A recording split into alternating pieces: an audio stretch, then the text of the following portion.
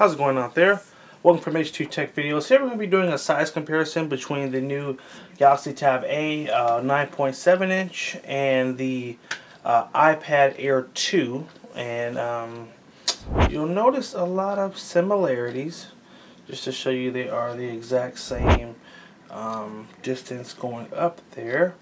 Obviously buttons are different, circular versus the flat. And dimension wise, they basically look identical. Looks like the iPad's got just a hair more on the edge there, so a little bit more there.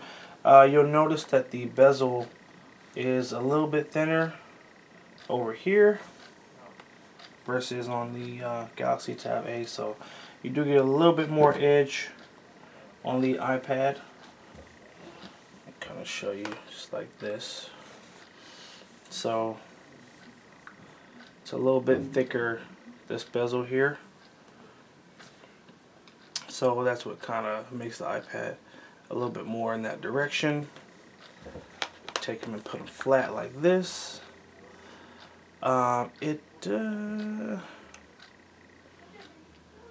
This one's kind of interesting because I feel like it seemed like the iPad was thinner, and yeah, it looks like the iPad Air 2 is a hair thinner than the Tab A here.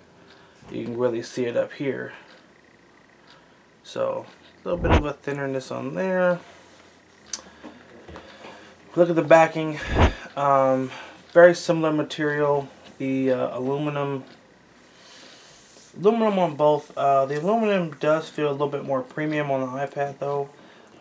It doesn't feel as quality on the Tab A, so that's just important to note. These little dots here are for a special case made from Samsung that the tablet does link into, so that's what that is. Obviously we notice our camera here is to the side, whereas camera here is centered. One thing I will point out, and this is especially after having used the Tab A for a couple of weeks now,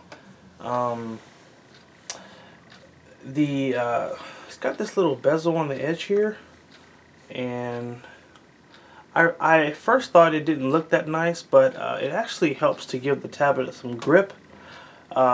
So you know, it doesn't make it feel slippery, where this has always been one of my semi gripes. Although the iPad very aesthetically is beautiful, you don't have as much grip on the edges, so you know, it's something interesting to note there. But we just really wanted to put them side by side so you guys had an opportunity to see exactly the differences. And if we stick them right on top of each other, it's very identical. Again, iPad does stick out just a hair because the bezel, which is the area around the screen, is just a little bit thicker, and that's why that is that.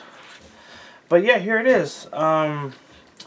The other important thing to kind of point out here is that the Tab A is not considered in Samsung's premium line of tablets. You would say it's probably the next one in line after the Tab 4. So this wasn't necessarily meant to be, again, a premium. Obviously that's why it's only $299 versus the iPad, which starts at $499. So